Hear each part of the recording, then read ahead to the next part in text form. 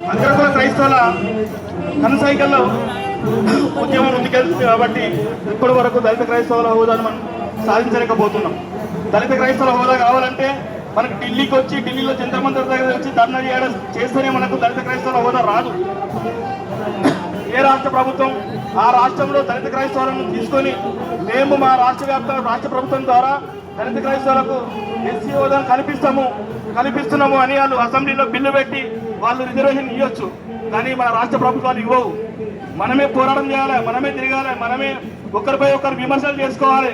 భారీ ఎత్తున ప్రభుత్వాల పైన వచ్చి ఉద్యమం చేద్దామంటే పాయలుగా విడిపోయి దళిత క్రైస్తవులందరూ ఒక్కొక్క రాష్ట్రంలో ఒక్కొక్క విధంగా ఉద్యమాన్ని ముందుకు తీసుకెళ్తూ ఉన్నారు. అంతేకాకుండా పార్టీల వారిగా, నాయకుల వారిగా, సంఘాల వారిగా విడిపోతూ రాష్ట్ర ప్రభుత్వాలను అడగకుండా డైరెక్ట్ కేంద్ర ప్రభుత్వం దగ్గరికి వచ్చి మనం ఫైట్ చేసేంత మాత్రాల మనం సక్సెస్ కావని మనం అనుకుంటున్నాను.